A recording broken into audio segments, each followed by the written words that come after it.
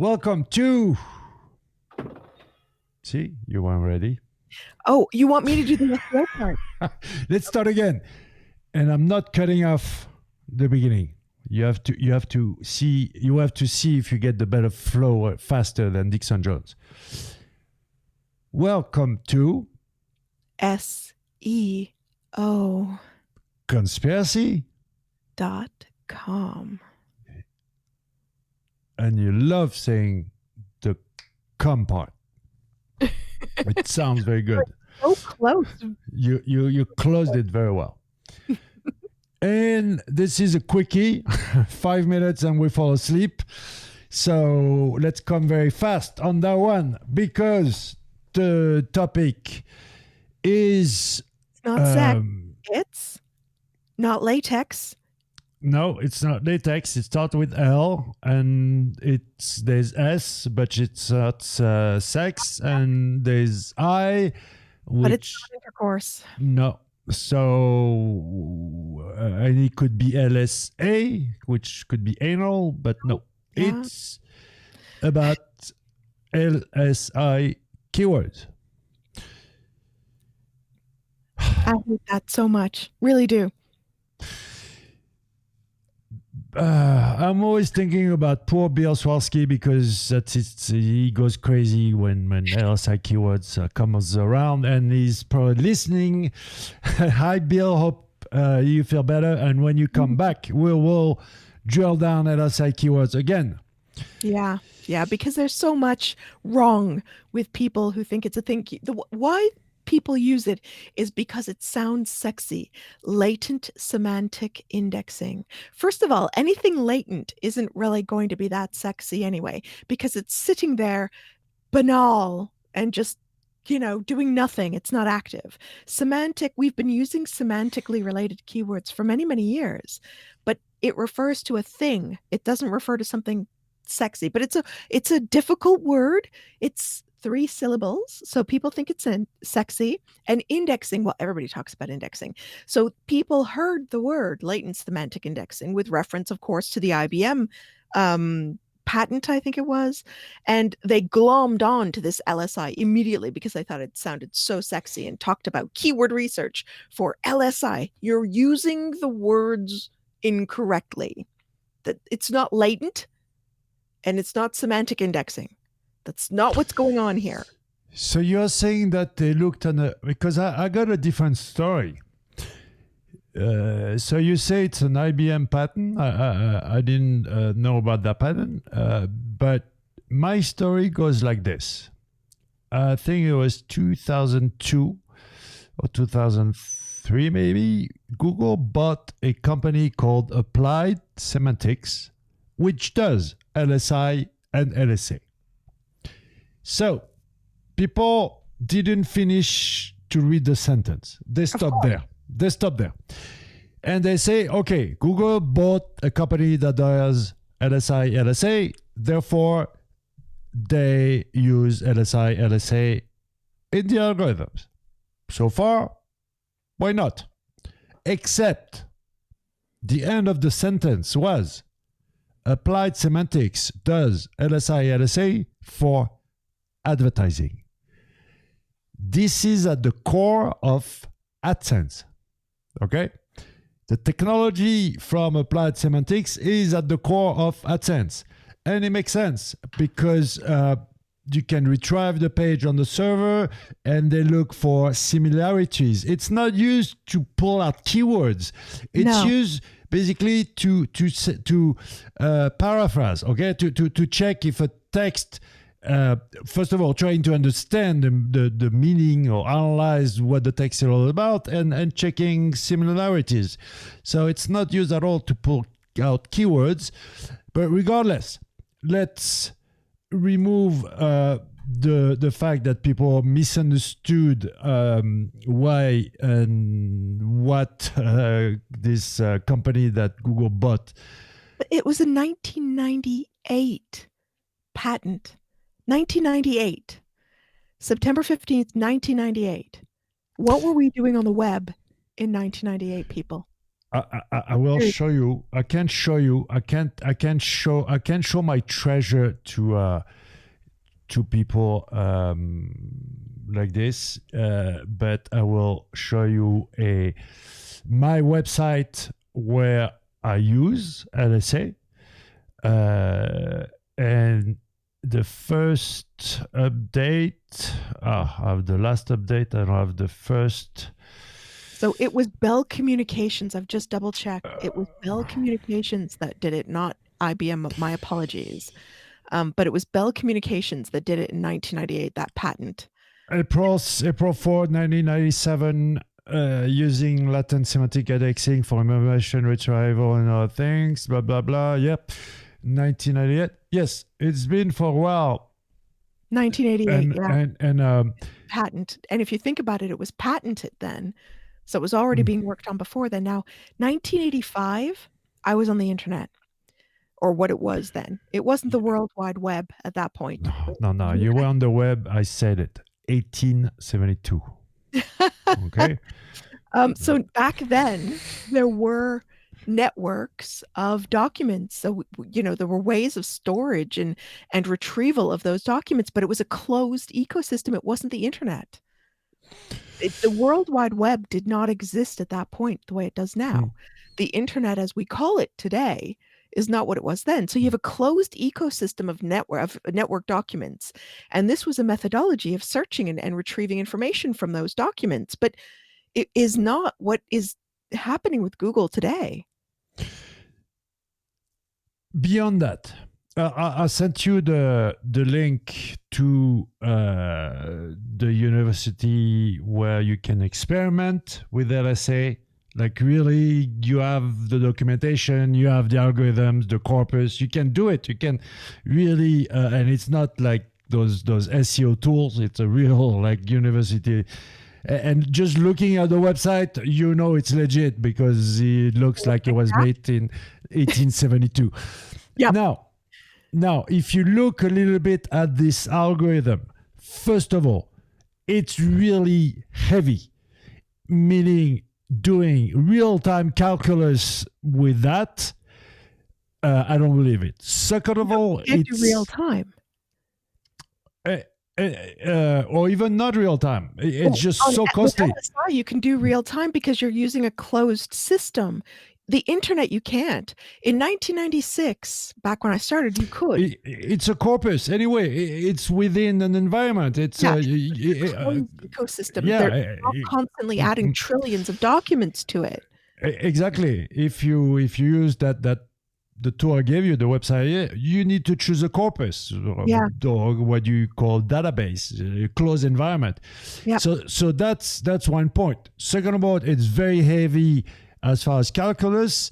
And third of all, it's really powerful, meaning if they would put that in place, there would be nothing left of the web, meaning it can check if you say something differently. Okay, paraphrase the whole, like, not duplicate content, but if you say the same thing differently, it can figure it out, which is very powerful. But the thing is, there's no logical reason, and I don't even understand how people use that algorithm to pull out keywords, because it's not made for that. It's not the purpose. No, it's absolutely not what it's for. You do use a cross-referencing methodology for keywords to documents, but you can't do that at scale, and that's not what Google's doing. And if you're thinking about keyword research and keyword analysis in the terms of LSI, not only are you doing your client or yourself a massive disservice, but you're doing it wrong. That is not how Google works. And I'm sorry, but that's stupidity, and it's lying to people because LSI, or latent semantic indexing, sounds sexy. So you're using it to hide, obfuscate, and lie to people about what you're actually doing. And that is the butt end of why I hate LSI so much, is that it's a way of making it all smoke and mirrors in SEO, which it shouldn't be, and tricking, fooling, lying to people about what's actually going on. And I'm saying, I'm being quite um aggressive, let's say, about my disdain for LSI keywords and LSA and related topics as relates to SEO, because it is such a lie, and you are hiding the truth from people by using big words that you hope they don't understand. But the moment they look them up online, you will be exposed for the liar and fake that you are. We didn't have such a big problem over in France because people didn't build tools. You guys have a lot of tools. We do. A lot of tools in SEO. So many tools. No, but I'm talking about the LSI tools. I'm not allowed to commit murder. the LSI tools. So the problem was not as big over here. The real main issue here, and it will go on with the next topic, which is domain authority, is what you said. It sounds sexy. People want to believe it. It sounds appealing. It does. It's a story, and that channel is called SEO Conspiracy because all the ingredients of a conspiracy, and because of the cognitive bias. Mm-hmm. What you are just looking for confirmation, and all those, you have about 25 cognitive bias that you need to know if you want to understand how a conspiracy theory can live and survive, even if we keep on debunking it. No serious SEO will mention anything in relation to LSI keywords. True. And every time, same with domain authority, but we'll talk about it next time. I'm like, okay, just find me one reliable source that legitimates what you pretend. Just one, not two, one. And as always, I never get an answer. Ever. Yeah. Ever. Absolutely. Because they can't find it. It doesn't exist. Now, is the algorithm interesting? Yes, it is. I play with it. I can't give the link in public. Why can't I give the link in public? Because it's a very old website. And I think if more than 10 people connect to it, it's going to break.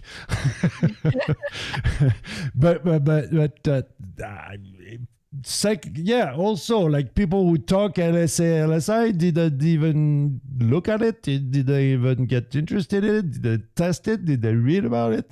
No, as usual. They're trying to baffle. They're trying to look smart. And all they're doing is looking stupid. And, anybody who's ever submitted an entry for an award that's used LSI keyword analysis or anything like that in the award entry, you need to be aware that if you enter an award and you put that in there, all of the judges know that you don't know what you're talking about. And that's foolish. Why would you put something into an entry that that is immediately obvious to judges that you don't know what you're talking about? Yes, we've had ones where they've tried to baffle us with looking at the math and not knowing what the math is going on. But even those entries, the math didn't work. So those of us that took the time to actually read through the math, we knew it didn't work. So when you put stuff in there that's a lie or is trying to hide the fact that you don't know what you're talking about, we will find you out. It's even becoming a little more complicated because now AI. they all have AI, but that's another topic. Thieves. AI. People talk about AI all the time. It's not AI, people. It's not self-aware enough to go off and research topics that it doesn't already know about. It's machine learning or it's deep learning. It is not AI. AI does not exist right now. It sounds good. does. It sounds sexy. And people think machine learning is AI. It's not AI. I work in machine learning in agriculture. It's not AI. Otherwise, we're going to have the rise of the machines very soon, thanks to the Antares project, because they've got little robots walking around doing shit. So seriously, it's not AI. Yeah. So you believe Skynet and all that? That's how it's gonna end. Because you have other Matrix. They're going to try very badly to communicate with us. They're going to try to attack us, but they're going to get the scale wrong, and they'll just end up pushing plastic butter knives into our calves. It'll hurt, but it won't kill us. So Matrix will serve as a power source, or is it just the war like Terminator style? I think that the war starts off Terminator style but ends Matrix, doesn't it? Because when the Terminator style war ends and they win, then they implement the Matrix style method of maintaining themselves and draining electricity off of the human body. So yeah, it's step 1, step 2, step 3. But that's anyway, the plan won't work because everybody will turn into zombies because of the vaccine anyway. So that's true. The vaccine will turn us all into zombies. Don't forget, there are 2 different types of vaccine right now: attenuated vaccines using chimpanzee viruses, and our mRNA vaccines, which try to rewrite things based on ribonucleic acid. So hey, it's all fun and games until the entire world population turns into World War Z. Or Z, as we say. But I keep being corrected that it's not Z. I think it's Z. You have to read survival guide in hold on. Surviving the zombie apocalypse. Guide. No. It's zombie territory, I think. I actually, my second most popular deck, I think it's still second most popular, was the Guide to Surviving the Zombie Apocalypse and Selecting an Agency. No, it's in French. It's better. It sounds better because it's zombie survival guide in survival guide in zombie territory. Well, here it's zombie survival guide, complete protection from the living dead. I love this book because it's written in such a scientific way, and the way it's breaking down all the defense tactics and weaponry and all that stuff. Max Books, amazing. Okay, I can give it to you. I think I have an open source version somewhere. You're going to give it to me. Okay.